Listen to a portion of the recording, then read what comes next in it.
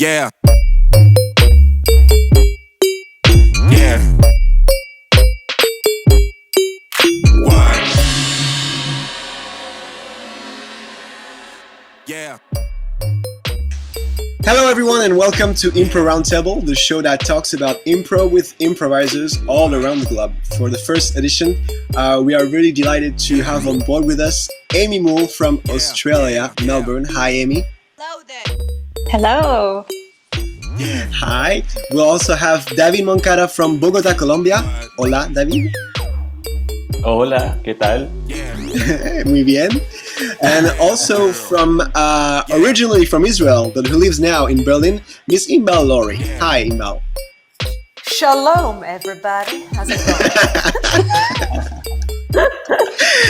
And finally, at last but not least, Mr. Mark Jane, who originally is from England, but who lives now in Paris. Hello. Bonjour, Monsieur Mark. Bonjour. Hi, guys. Hey, and my name is Keng-Sam. I'm from Réunion Island and I live on Réunion Island. It has always been a dream of mine to get a bunch of improvisers and be around a table, a virtual table for this one, and talk about our craft, what we love about it, what we hate about it, and yeah, just talk about it. And right on that, we're gonna start with what was the introduction to improv for us? We'll start with Amy. Amy, can you tell us how did you start with improv? And why did you choose it to be your profession? Hi, everybody. I come from a performance background, and for a long time, I wasn't doing anything, and I took a dance class one day, and I met someone there who suggested that I start improvising. This was about 10 years ago or something. So I started taking classes here in Melbourne with Impro Melbourne, and I was actually really fortunate enough to have Paddy Styles as my first ever improv teacher. So it just it went from there basically. I caught the bug, and it's opened up a lot of doors for me ever since. And why did you, at some point, because what people don't know about you is that you also work with puppets. And so I was wondering, why did you choose those two, puppets and improvisation? I think one led on to the other, really. So I started improvising first, and then, like I was saying, a lot of doors kind of opened for me after basically saying yes a lot. And I met lots of different types of people and performers through improvising, and then those connections actually led on to me starting to puppeteer, and I've worked as puppeteer in many sort of facets since then, as well as an improviser. And both art forms overlap quite a lot as well, which is what I love about them both, is that they're you can really use both in art form. And David, what about you? How did you get to know impro? First time I heard of it, I was on school. I was 15 years old, and a teacher passed me Kit's book, and I read it and was very connected, but I left it behind, and 2 or 3 years later, I had the chance to take this university course that they make here in Bogota, and it went from there. I just went into it.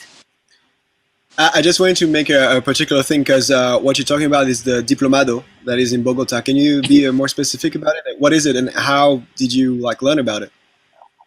Yeah, the diplomado, it's this course that is here in Bogota in an university. That it's a 2-month, very intensive course where you have class every day for 4 hours, and you have a lot of international teachers coming. I know you have been here teaching, Inbal as well, and I had the opportunity to take it as a student almost 10 years ago now, and then be a teacher the same time as you, Keng. That's where we met. Inbal, about you, how did you learn about impro? First of all, can I just say that I'm totally in love with David's accent. His Spanish accent is amazing to me. And Bogota behind you, my God, the memories. I love the view. I studied acting in Jerusalem for 3 years. So I majored as an actress, and then right after I finished, there was a group in Tel Aviv that was looking for an actress for their improv group, and that was around the year 2001, and I joined them, and since then, yeah. But for years I was doing impro and acting and writing, and I think only in the last 5 years impro really took over my life, and that's like the main performance and the main thing I do. Mark, same question for you. What was the connection for Impro? Well, I'd just like to start off by saying you obviously planned this show to torture me because you maybe you didn't know, but I was supposed to go to Bogota in June to teach at the university there. I know. Yeah, Oh, and it's all I been know. cancelled. And so now that I'm seeing David and views of Bogota, and I'm hearing about you and Inbal who went there, I'm like, oh, this is great. Thanks, guys. Thanks. So how did I start? Quite simply because my theatre teacher at school, I always wanted to do theatre when I was a kid, and at the age of 13 I was lucky enough to have a theatre teacher in England who was mad about impro, who just read Impro by Keith Johnston, and for 5 years during our theatre studies courses basically he only taught us impro, and so we did all kinds of crazy stuff with him, and he was an amazing teacher, and so that's where I discovered it, and then basically I never left it, and I've been doing it ever since, and did all kinds of other theatre stuff as well, but then around 1999, 2000, decided to only just do impro, just because that's what really pleased me the most. So been doing it full time since. My other question will be to anyone who wants to feel free to ask. It's a very simple question, but at the same time, I think that it's very important. Like, what do you like the most about impro? Each of you guys, feel free to go for it.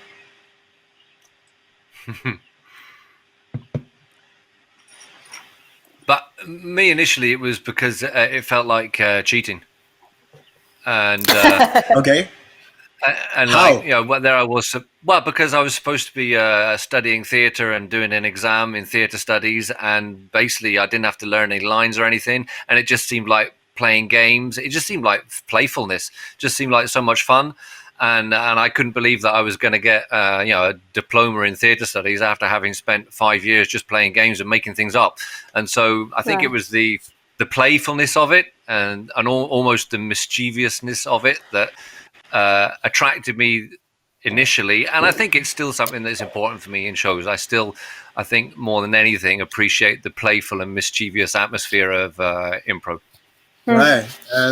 What about you, Amy? Yeah, similar to Mark, I guess. It's kind of the thrill, the excitement that you get from just the unknown, and that sense of playfulness that can be unlocked, I think, is really special and exciting. And I think particularly now, perhaps more than ever for me, it's also that more so in the last few years, it's being able to travel with it as well and make connections in other places. Oh God, I miss it so much. And meeting people and knowing that straight away you sort of have that sense of trust and connection, which enables you to build those stories, and I don't think there's anything else quite like it, where you can kind of rock up to a city, maybe you don't speak the language, and you step out on stage and you know that that person there with you is sort of in exactly the same position. And I think, it's just that thrill of sort of not having a safety net. And I miss it. Yeah, we all do. And Inbal, what about you? I think for me, it's mainly the holisticness of it. I mean, it's a genre, let's say, that allows me to be the writer, the director, and the main actress, or whatever, the sidekick, but still, like, I cast myself. And I think that it combines like a lot of stuff that I like about the theater and television and whatever. It's like, and it uses a lot of my skills. And so I think it's how much freedom I have and how much choice I have and how much possibilities I have to contribute to the piece, not just from one aspect, either you write it or you act it or you direct it, but it's all you. So, or us, the people who do it. I find it fascinating. I love it.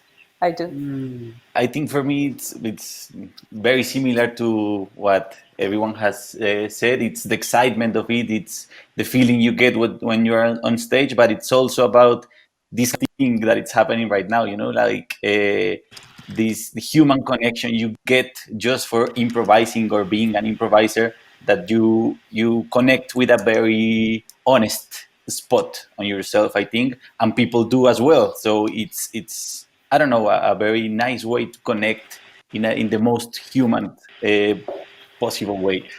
I find it really interesting because you guys are all teachers also and performers, and I've always wondering how do you feel about this? Because as also a performer and a teacher, I've learned so much about my craft also by teaching.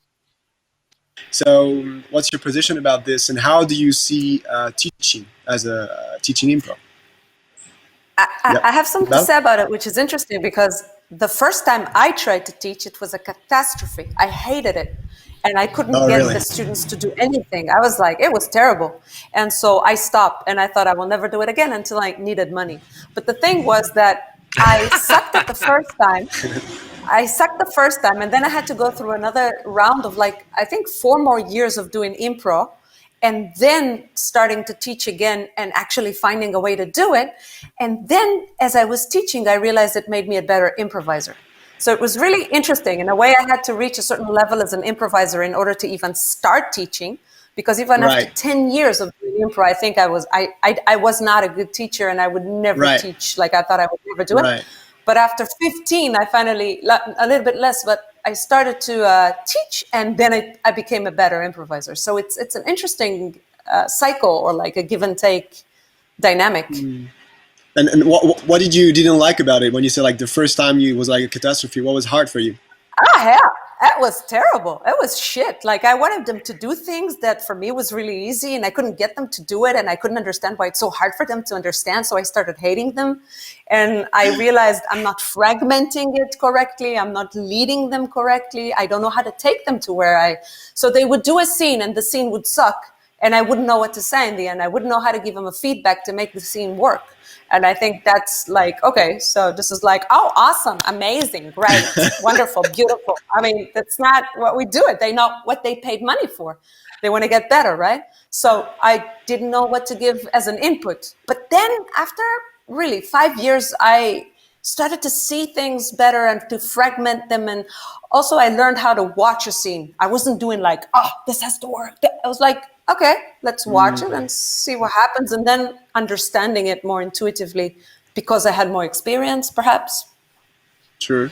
Much more fun. Mark, thanks, Inbal. And Mark, you've been teaching for quite a long time too, and I've the same question, what was it for you, and what did you learn? What was the learning for you as a teacher? Well, I would agree that definitely you improve your improv through teaching. There's no doubt about that, because I mean, I've been teaching for a very long time, and again, thanks to my old theatre teacher who forced us to go and give workshops to the local school next door. So at the age of 16, we found ourselves having to teach improv workshops. But definitely with time, I think teaching is one of the best ways to learn to be a better improviser, because you have to face. You have to be faced with your own convictions, and you almost have to try and understand. I found a lot of the time early on, like Inbal said, trying to work out what it was that I needed to say, or what it was that I needed to do to get the people to get where I wanted them to get to. But also at the same time, whilst I was doing that, try and understand myself, maybe what I was doing on stage and how I acted on stage and how I dealt with certain situations, whether it be in good ways or in bad ways. And so you also get a kind of introspection on yourself, and then you start working out yourself what maybe things you're doing which are good or bad, and then you start incorporating that into your teaching. And so it's a process which is a permanent kind of introspection on your own way of improvising, because at the end of the day, you can teach techniques, you can teach stuff and all that, but I still think that most teachers, and it's normal, are teaching things that come from them as well, because you're the teacher, and so you're teaching with your own inspiration, with your own energy, with your own vision of what should be happening. So a lot of it comes from inside of you anyway. So it through teaching, you learn a lot about yourself, I think, in improvisation and how you improvise. And so it inevitably makes you better, I think, yeah. And David, what about you? Like, what do you feel about teaching? Because you've been teaching for how long now? Well, similar to Mark, I started teaching like very young. Like I've been improvising almost 10 years and teaching like 8. But it was because the first times I traveled and was very, very young, and I went to cities that there's not a lot of things happening in terms of improvisation. And also in Bogota, there was not a lot of things happening. You have like these 2 or 3 uh, references of people who have been doing it for a while, like Felipe and other people. But there was not a lot. So I started teaching at a very young age. So that put me in a position where I was a very low status teacher because I had students always that were older than me. But I think it was very nice, yeah, very nice position because of that.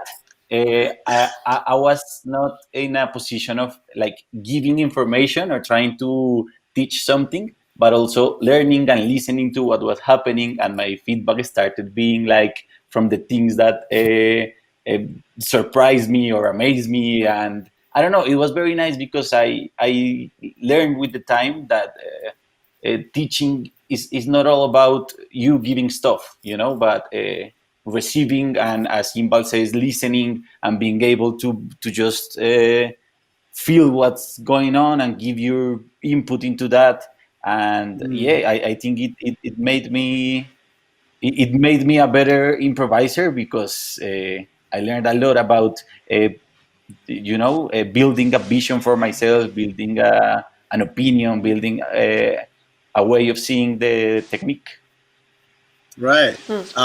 Amy, for you, what was the click for when you started to teach? Did you like everyone? Did you like teaching straight away, or did you hate it? And how was it? I think similar to Inbal, at first I was a bit like, maybe this is not for me. But I think it was maybe driven from a place of sort of not feeling like I had the right to, which is silly because I think I was ready to. But yeah, but then as things have progressed, someone said something to me once. I can't remember who it was. It's terrible. It's late here. They said that perhaps you're not necessarily teaching anyone anything new, but you're just showing them from your perspective. And I think that's helped me a lot because, yeah, there's a lot of times maybe I'm teaching a class of experienced improvisers. And they might know all the techniques and everything that we're working through, but maybe it's a certain perspective of mine that they hadn't thought of. But I've found that when it comes to teaching things, if I'm teaching something I'm super, super passionate about, then it's no problem. It's really easy. And again, I think that's important to sort of, if someone does start teaching, I think rather than just going through the motions, you really need to kind of have a connection to the subject matter that you're teaching. And I mean, totally agreeing with everyone about the whole idea of it being cyclical. I learn a lot from teaching, which helps my performance, which helps my teaching, and so on and so forth. I think the one of the best sort of learning experiences I had teaching was when I first taught my first ever class in. They were speaking French. My first language is English, so for me, I think teaching a class where the majority of people don't speak the language you speak, I think is great because you really have to get to the point. Conservation of language is really important. It sort of teaches you to really focus in on the thing that you want to look at, and I think that was a really important moment for me to sort of realize that okay, yeah, I need to say way less, or the thing I'm trying to convey could be said in a million other ways other than speaking about it. So right. Yeah, I just wanted to add something that I didn't mention before, that I think the students were really good teachers for me, because when you give them an exercise or you try a technique with them and you throw it at them, explore it by themselves, and then you collect feedback and you go like, okay, how was it? And then they, in a way, they will always answers to how that influenced them, what they found out, what they thought was difficult. And this gives you like, it starts to build this 3-dimensional structure of everything that we do. And this is how it starts. You just have an idea, and then the more you teach it and the more you try it out, the more the structure gets 3-dimensional, and you have more information about this particular thing. So for me, the students were definitely a key to understanding what I'm doing. Actually, there's a link to what you were saying because, like I said, you guys are all teachers, and just like in few sentences. But I'm always wondering, what's one of your favorite exercise that you guys like to do? It's a greatest hit, like something that you really like to do every time that you're in a workshop. Something that you really love. We can start with David. Well, the first thing that comes to my mind, I really make a big effort at first to make a good atmosphere, and to build like this trustful atmosphere. So I got this exercise from Jill Bernard from her little book, but I think I misinterpreted and do it in another way, and I love to do it in the way that I discovered. Perfect. Because Perfect. I think in her book it's called Loser Ball, and in her book she talks about like an imaginary ball and pass it like a sport. But the first time I did it with a real ball and a basket, and I said the rules of the game are to really. There are two rules. The one is that you're very bad at handling the ball, and the second one is you have to be very, very supportive with everything everyone does. So the first time I did it with the real ball, it became like this big madness of people screaming and supporting each other and being like crazy, but in a very good mood of having fun and just being supportive. And I just love it because it puts a amazing atmosphere in the group. Nice. That's cool. Mark, you and your thousands of exercises, what's your favorite? Because I don't know if you guys know this, but Mark has written a great book in French, and I think it's also in English, right? Or it's coming in English too. Hopefully it'll come out in English sometime soon. Working on it. Okay. It's a massive book. It has it's this big. Yeah. I'm not kidding. It's this big. It has it's huge. I wonder how much time did you take? It's very useful for balancing out tables or chairs or stuff like that. Yes. No, but yeah. What's one of your favorite? Because you have so many from what I've read. Well, a bit like David, it'd have to be a warm-up exercise, I think, because they're the ones that probably come back the most often and can fit into different contexts. It's where the old 1, 2, 3 clap game, where you just have to stand in pairs and count to 3, 1, 2, 3, 1, 2, 3, 1, 2, 3, going as fast as possible. And as soon as anyone makes the slightest mistake, you both stick your hands in the air and say, screwed up, and then you have to go and find a new partner. And if when you go to find a new partner, the others are playing really well, then you're supposed to go and fuck them up as much as possible so they make a mistake. And then you do the second version where it's exactly the same rules, but every time your partner says a number, you have to clap your hands, which makes it totally impossible. So everyone fucks up all over the place all the time. And it's just a really simple game which instantly creates great energy, great positive energy, and the fact that everyone's fucking each other up and getting things wrong all the time, and it just creates good energy. So that's one that I pull out a lot. Amy, what about you? Probably played as a kid. It goes by many names. I think Grandma's Treasure or Giant's Treasure or something. It's where there's one person at the end and everyone else has to try and sneak up and tap the person on the back, and they have control of the movement by turning around. And everyone has to stop when you turn around. You know that game. It's silly, but it's fun. But I love it because the first time I play it, I just say the rules basically, and it's just so fun to watch everyone try to get it right. Try to do the thing, and then you say to them, "Right, okay, now let's do it again, but this time take risks." And it's such a joy to watch people. I've had people climb in through windows, lift tables to try to sneak up to the person, like army crawls. It just crazy, and just to say that to a bunch of adults and just to watch them go for it is. it's so much fun to watch. Nice, very nice. Inbal, what's your Uh, What are your I favorite? got three. You got I three? got like Come on. number Okay. one. It's the trilogy. Number one. It's the trilogy, I call it. It's Number the one. Lori trilogy. The trilogy. The trilogy. The Oh my God. trilogy. No, trilogy. Yeah, that's something else. All right, let's go. Is it? Shit. Anyway. Number one is association. Like, I find it so effective to let people go of like being stressed out and just like say the first word that comes to your mind and trust that it's enough and be inspired by your partner because that's all you got. So I find it super effective. Then there's like mirror dancing. I always make people dance in the beginning of classes because it changes the atmosphere completely. And I call them, after the dance, they have arrived. Now they're in class and we can start. And for more advanced, there's a game by Rod Ben Zeev from Israel who lives in Amsterdam, which is talking in short sentences and repeating at least one word from your partner's sentence in your sentence, which I love. And that's a really good game for more advanced, like people who already have like a little bit of an idea what improvisation is. Really good, really effective. Right. I've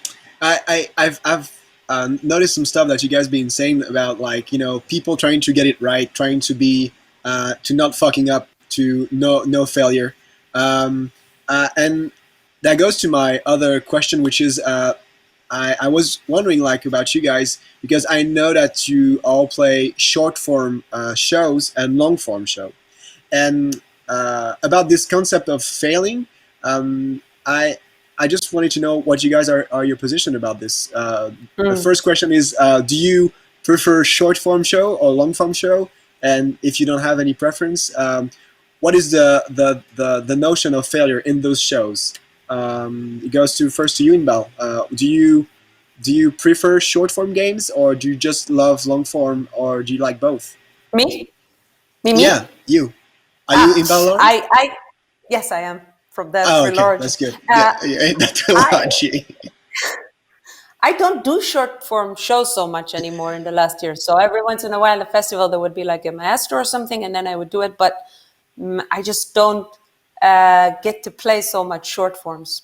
I've done it a lot in the beginning, and I loved it. But I think now my passion is really for more either short scenes around the theme or a long form, so one story. The sense of failure for me is that you lose the show. You don't know where it's going anymore, and you don't know what's the next thing you can do. And in a way, you get uninspired. Like, you bring yourself to a dead end because, you know, in the beginning of a show, there's a lot of possibilities. There's a lot of things you can do. And hopefully, as the show goes along, you find a path and you navigate. Even if it's short scenes, you find the rhythm of it and the variety of it. Right. But then there's like, kicking, that's it. I don't know where I'm going anymore. I don't know what to add. I'm uninspired.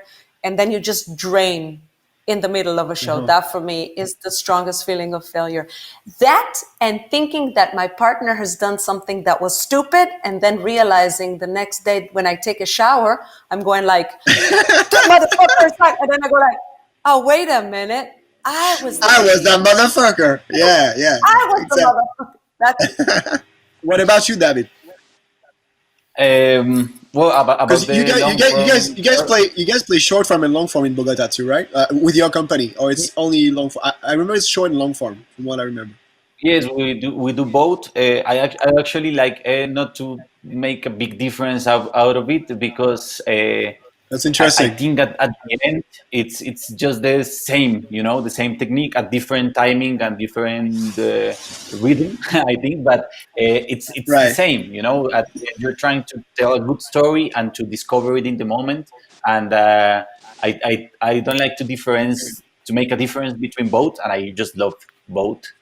And about the concept of failure that you were talking, I really believe that the best thing you can do is this Kid Johnston's quote about failing and being happy. I think it's the best advice you can give anyone who's improvising. If you are new on the improvisation, or if you have years of experience, you have never to forget to fail happily, and to Right.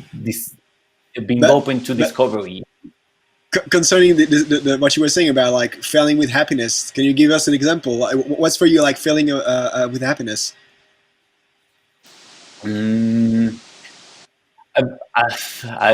nothing comes to mind right now like this. It's good. I think it's Yeah, it's committing Amy. harder. I would say All right. failing happily. It's like really digging deep to the commitment of that scene, whether it's tanking or whether it's flying, and just to enjoy the ride, whichever way that ride is going at that Right. particular time. And I think that that sense of failing happily comes from connection. Yeah, because if you're sort of in it for yourself, then you know Right. it's really hard to watch someone who's just improvising for themselves with themselves. Whereas if you're doing it with somebody else, I think failing is sort of it's almost yeah, it's another word for just digging deeper, harder, play hard. Right. And for you, like, what's the difference or between short form and long form games? Because I know you've been doing lots of theater sports, guerrilla, and all those kind of formats. What are the differences for you, and what do you find attractive to each long form and short forms? Yeah, I think it really depends on the mood I'm in, and maybe who I'm playing with or where I'm playing. You know, there's benefits to both, I find. Yeah, we do both a lot of short form and a lot of long form. At the moment, I'm really enjoying long form just because I really like to sit in a character and sort of get to know that character and sort of have the story play out from there.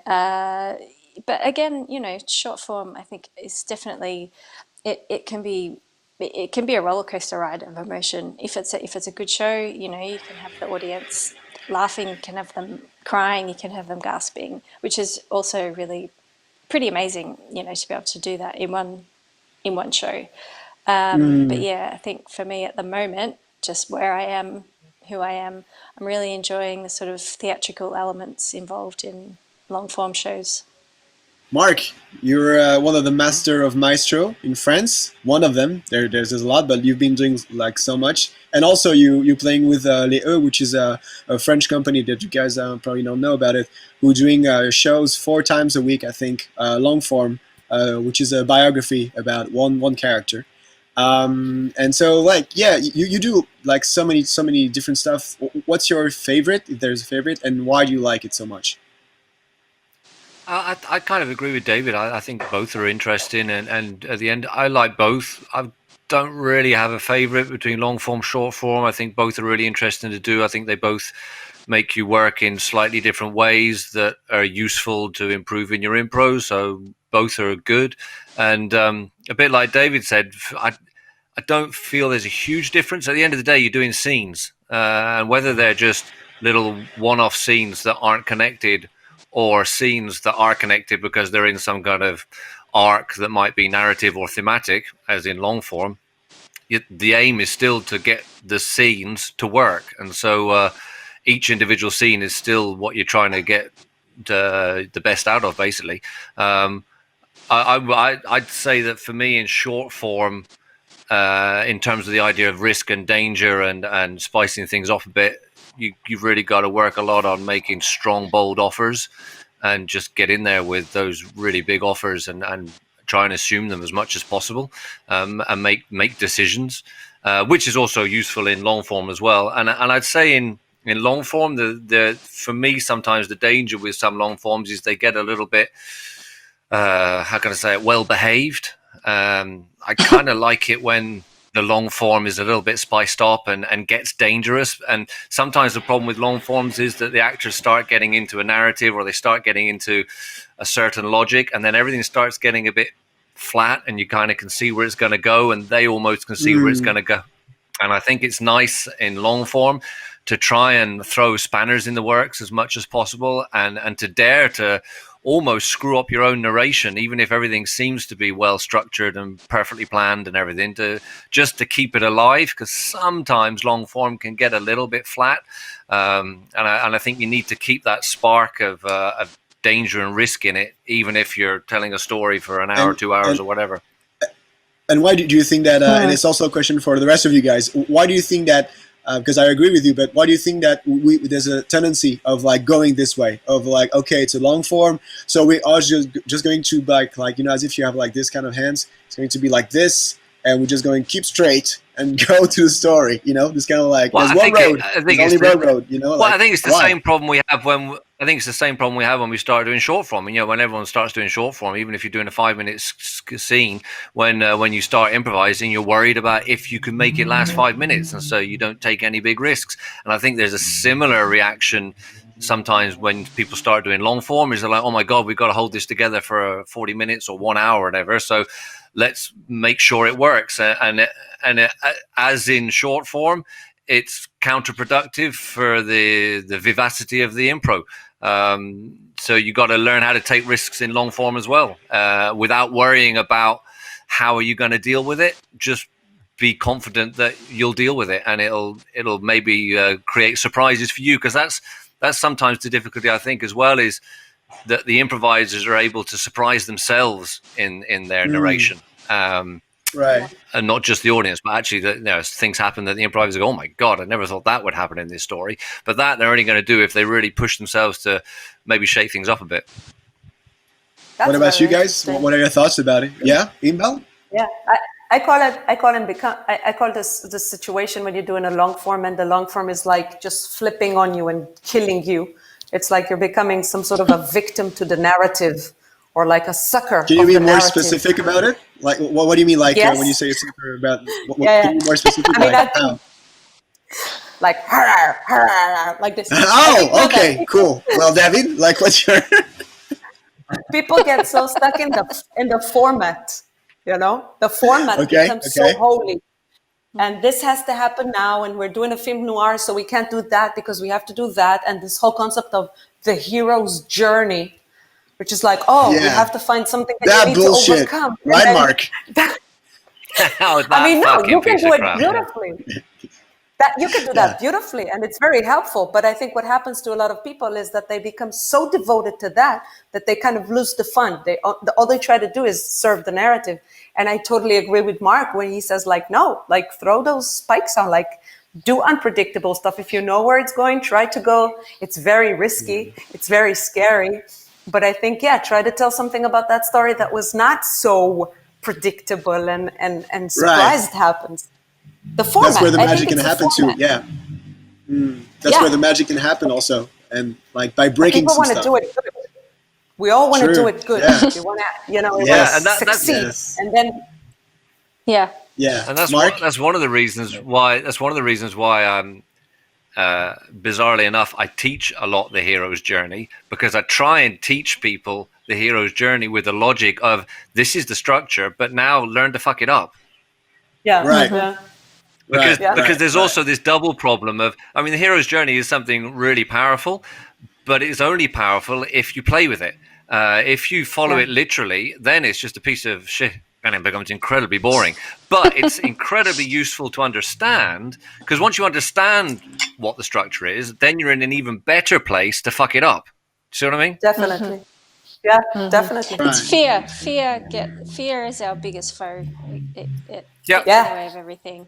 And as soon as we feel it creep in, then it can really take a dump on your scene or on your story, I think. Yeah. Take a dump on your scene. I like this image. It's very clear now. Thank you. That's nice. I'd like to try and illustrate that now, but I don't know if I have the material available. David, do you have something to add about this? No, I think you guys said it all. Like it's like that. Yes, it's fear. It's that feeling of I have to make this really deep and important. The thing that puts you like in that flat position that Mark was telling. I agree. I agree with what you guys are saying. There's this other thing where people say like, okay, let's do a drama, or let's do something which is a little bit more serious. And then Tim Oh, Orr God, has that a really really good pisses word me for off. it. Yeah, it becomes precious. That's what Tim says. It becomes too precious. And then they sort of like all the sense of humor and all the fun and all the juiciness is gone. And now we're doing theater. Now we're real actors and it's drama. And then it Yeah. becomes really weird. I call Because, that Right, sad right. and serious improv. Yeah. What do you call it? I said I call that sad and serious improv. But that's a question. This true. is a question for you guys that I'm being asked a lot, and I find like, because for me, improv, this art form as I do it, the main genre of it is comedy, and I'd like my comedy sometimes to be, you know, touching, and I'd like people to cry a little bit, but my main thing is like this is comedy. But I don't think that everybody. I would just like interesting to know how you guys feel about that. Is it comedy for you, or not necessarily, or? I think the dynamics David, of it are comedic, you know, like because of the connection you get and the spontaneity and stuff, the dynamic becomes comedic every time. But I actually don't believe that the in terms of genre, it's always comedic. Like you can go for a lot of genres. Comedy is going to be present, but it's not always going to be the main thing.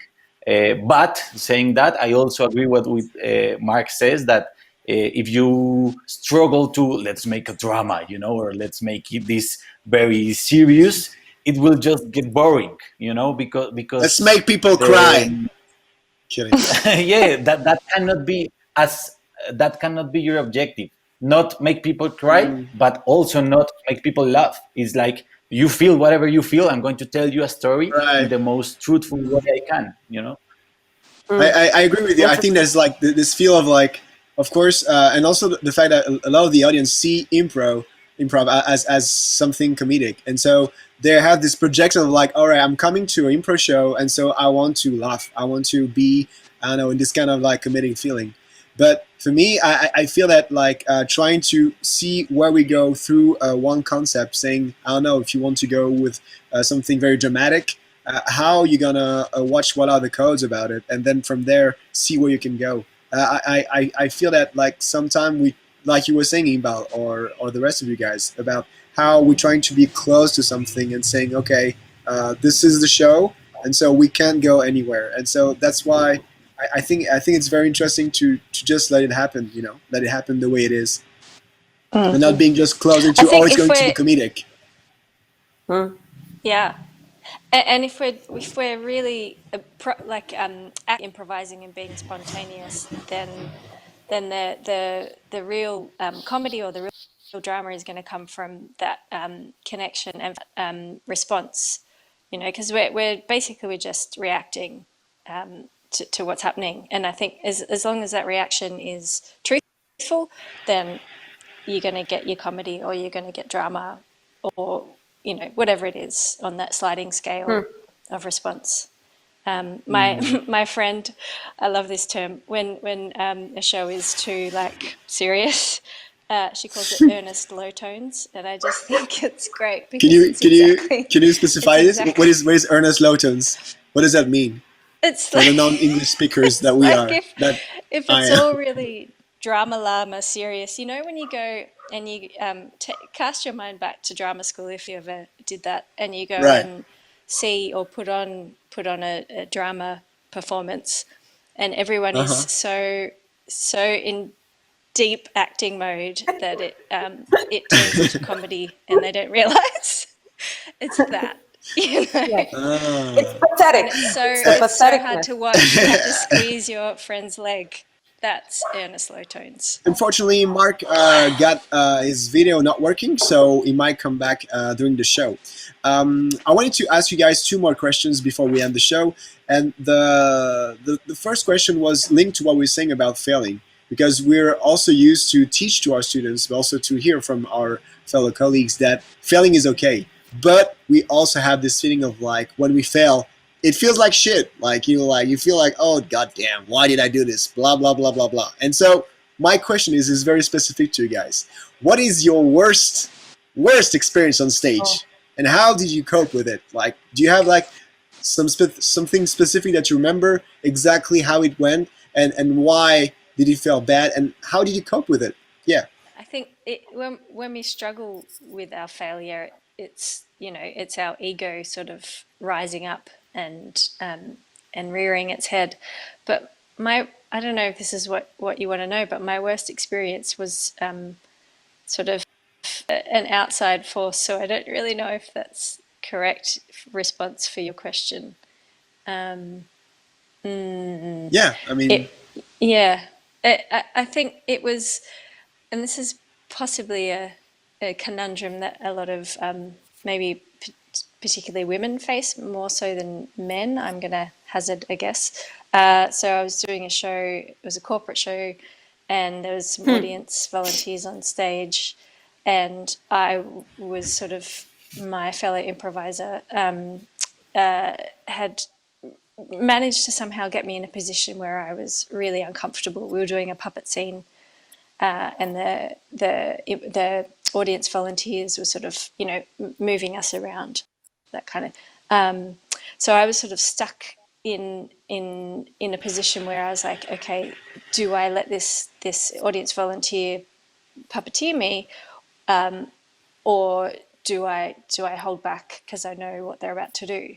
So I think because I was a bit newer as an improviser, I sort of allowed them to put me in a position which I was not at all comfortable with on reflection. how did you cope it? Like, how did you change it? Well, I think me as an improviser at that time, and I was fairly new, I was like, commit, say yes, agree, all this stuff. So I think it allowed me to be put into a position physically where I wasn't comfortable. But I think now, if that same thing was to happen to me again, I would, risk stepping outside of the scene and just sort of saying, no, thank you very much. So Goodbye. Right. yeah.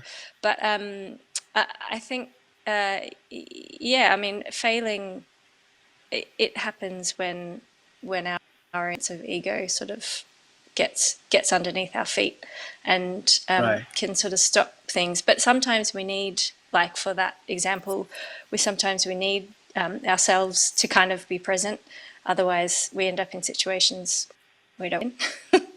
Right. Yeah. I mean, I just want to tap onto that thing you said, because it's really interesting. I think I kind of thought about it, but haven't formulated it quite clearly as you did.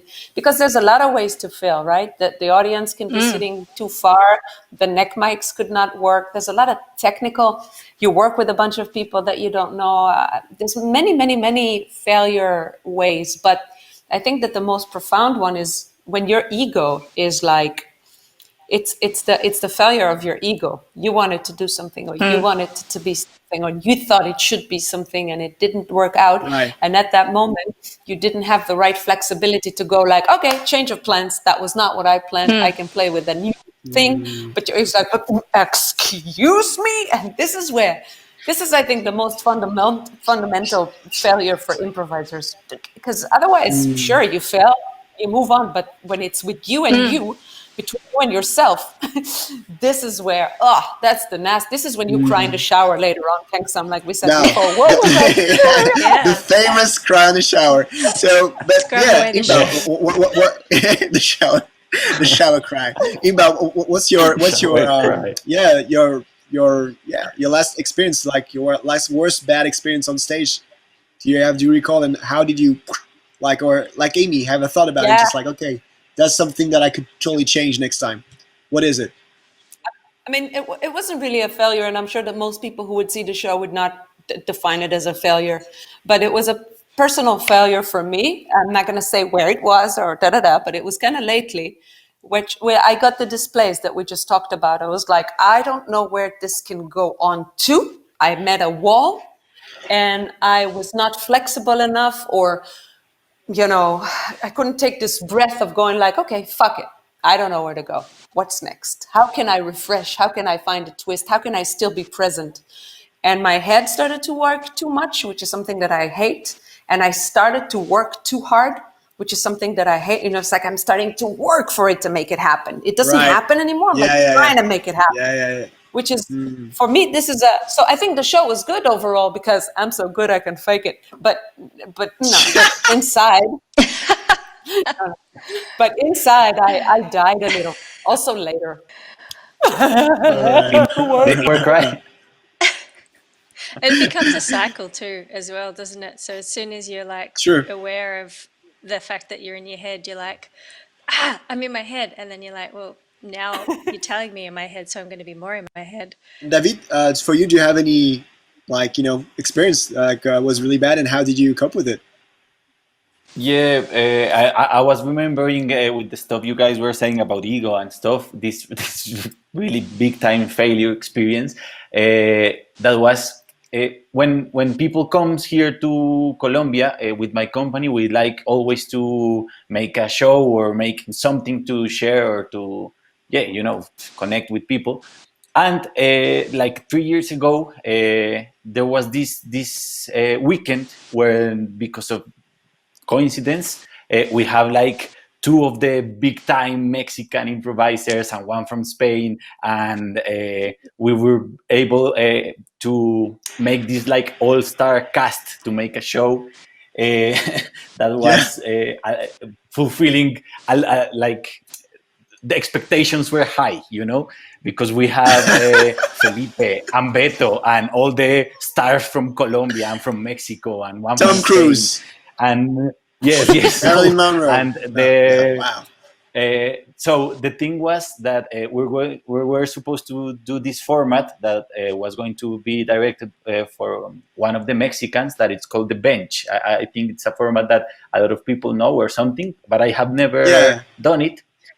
And they were like, and at the end, this guy from Mexico, he wasn't able to come to Colombia, but this was like the same day of the show.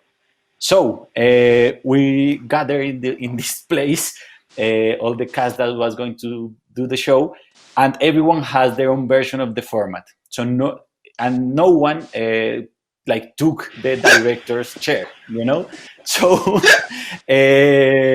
then we also we have a lot of technical issues with the venue. We had like the lights, the sucked, and I don't know. There was a lot of things going bad, and we have like a lot of people coming because of the expectations, like the place was full of people, experienced improvisers and stuff. And then we did this show with this amazing cast that just went very bad, just went like it sucked because everyone has their own version of the show. And it got really boring, and we had these long scenes that nothing happened, and then everyone was in their own mind trying to fix it somehow. And then trying to be excellent, trying to be like really the best. Exactly, right? Yeah. It's a great example. So, you can talk about the show with anyone involved, and they feel the same way, It just was, when you have like this the most famous show in Bogota now from other places, and when the show ends, everything is like, amazing experience, thank you. No, at the end of this, everyone like, okay, I'm going home. Am I wrong if I'm saying that like we've all experienced this kind of show where we go and see like show with like, oh my god, great improvisers, and in the end you're like, oh my god, what just happened? Shows. So I had the shower cry. Sorry. Guys, we have a great news. I think Mark is back with us. Mark, are you there? Oh yes! My computer just died. It just all went black. He didn't want to. I thought there was a power cut, to be honest. He didn't want to. That's a good excuse these days. Yeah, I think it's the god of impro trying to stop me having any contact with Bogota. And actually, we have time for the question for you too, Mark. The question was really easy. What is do you recall what is your worst bad experience on stage, and how did you cope with it? Because we've been exchanging what was the experience and what was for you? What was it for you? Yes, I have it. It was quite recent. It was about 6-7 months ago. I was invited to do a show in Paris in French, which is a dubbing show where they get extracts of different films and TV series and stuff like that, and they put it onto a big screen behind the actors, and the actors are stood in front of microphones, and we have to dub live, improvise live the dubbing of the show. And so and they'd already done it a few times, and they said, "Oh, would you like to come along and do it? We'd like you to be involved." And I remember saying to the guy, "Yeah, but it's really not my thing. I mean, because to be honest, it's all about being really funny really quickly. Yeah, I mean, you got to be so quick and you got to be so funny." And in French, I just said to the guy, I said, "Look, I'm just not that funny. I don't think it's my thing." He said, "Oh, no, we really want you to come along because we really want to develop the storytelling." Yeah, right. And so I ended up going on, and they did it in this big theatre. There's like 200 people, big stage, big screen, major production, huge bloody thing. I mean, the worst ever. Right. And I get out there and we start doing the show. Tom Cruise was there. Yeah, Tom Cruise was there. Yeah. And it was hell. It was hell because you've got to be really fast and really funny in French. And I can speak French, but I can't be fast and funny in French. And the other 3-4 actors were all really, really fast, really, really punchy, and with great wordplay and wit in French. And I'm just dying. I just can't do anything. And to add to it, because we're all using microphones, my English accent in French meant that nobody in the audience understood anything I was saying through the microphone. So total waste of time and effort. And I remember being about 20 minutes into the show and just feeling for the first time ever on stage totally empty and just thinking to myself, what the fuck am I doing here?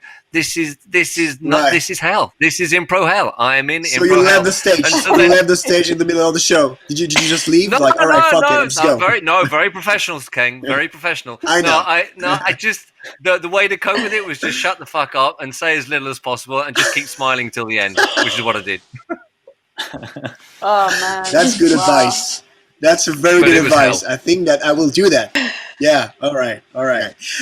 With this complete lockdown worldwide, I'm wondering how you guys work, and do you guys still work? Do you guys do other stuff? I'm wondering what's going on. Mark? Well, over here in France, there's been loads of stuff. I mean, there's one of my friends, GM, and a guy in Toulouse called Eric, created this channel on Twitch called Direct Impro. And that was within the first few days of the lockdown happening. And since then, there's been loads of shows and people have been proposing all kinds of formats online through Direct Impro. And then I've seen lots of other people doing stuff. So I think there's people have a desire to keep improvising and they're kind of enjoying to a certain extent the fact of trying out this new media, which is online. I mean, I do a ridiculous sci-fi spoof called Star Trek. We do that a couple of times a week, and to be honest, we're doing it more for the fun than anything else. We've all said we don't care if anyone watches, we keep us occupied. But it is interesting to see how through this media you can still do stuff and what those constraints mean and how you can work with them and what it makes you develop in a different way. So it's kind of interesting. I don't know if after the lockdown there's suddenly going to be a massive movement of online impro. I think it's something that's been good to experience now. There'll probably be some things that will remain, but I don't think it'll ever replace the fact of being in a room with the people.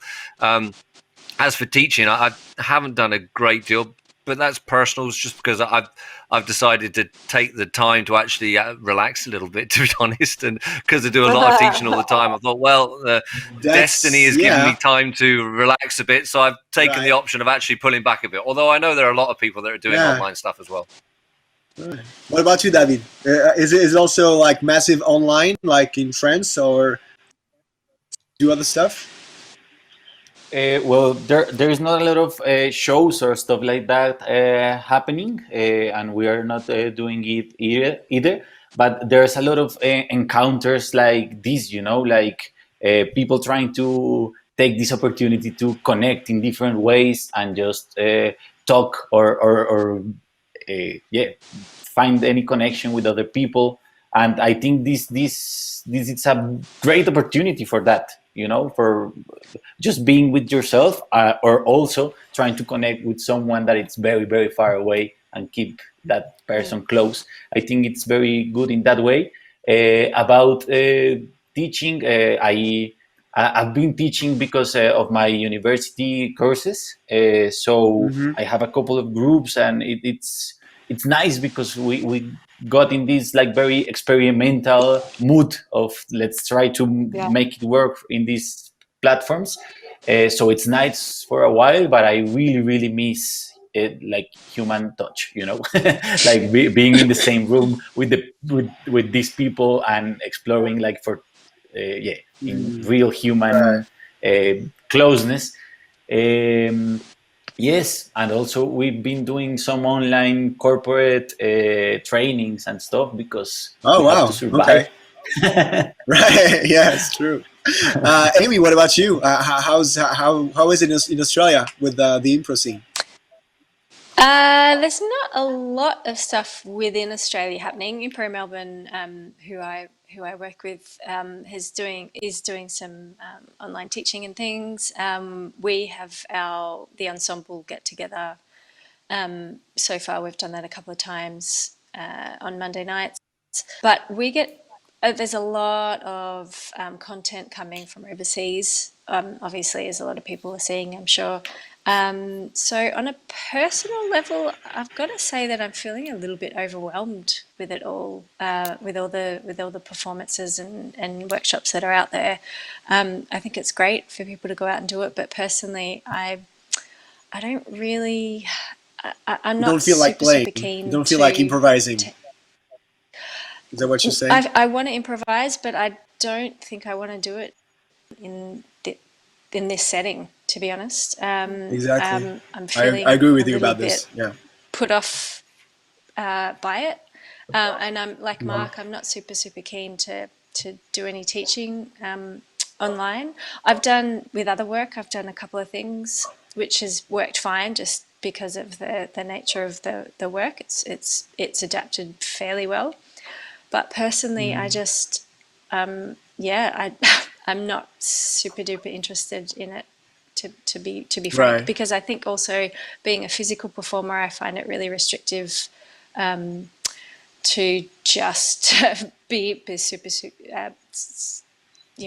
focused on language and Right. speaking all the time. I mean, and I'm Right. sure there's ways around that, of course, but Right.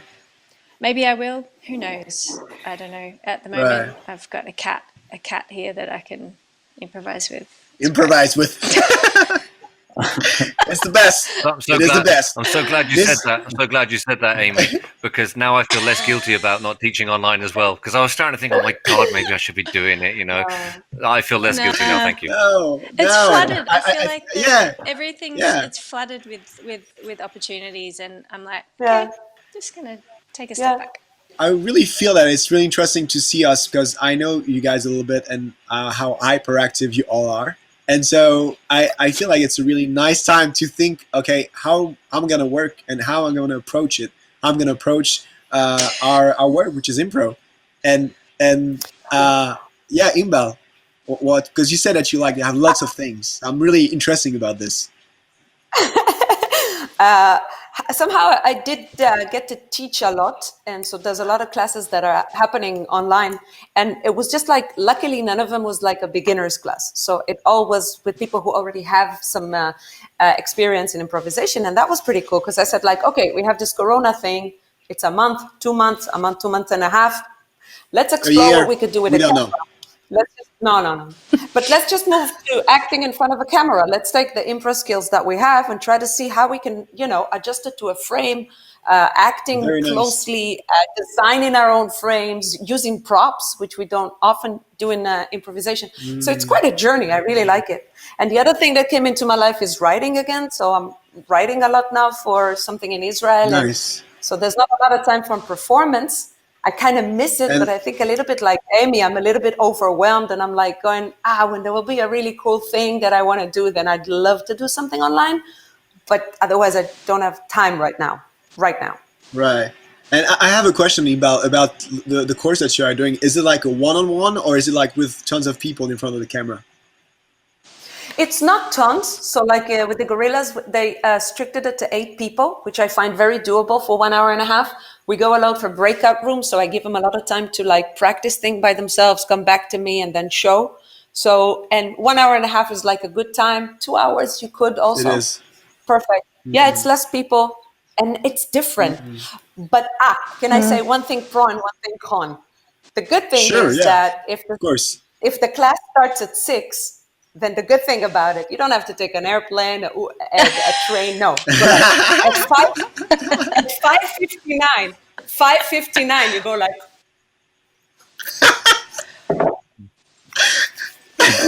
Also, Hello. you can do it in your pajamas. Yes, that's nobody the will cool know thing. it's a pajama. All right. But the So bad now, thing is, Inbal. like David said. Yeah. Yeah. So now, Inbal, what you're saying that right now, after the lockdown, we will only do online workshop, right? No. We will not travel. No, because that's it. No. Okay. Because as David said it very beautifully, I miss the people. I miss their energy, their vibration, their body. Like I need the bodies. I miss people's bodies, Yeah. not in a sexual way. Oh, come Oh on. yeah. Well, can we quote We you on know that? you. A little bit.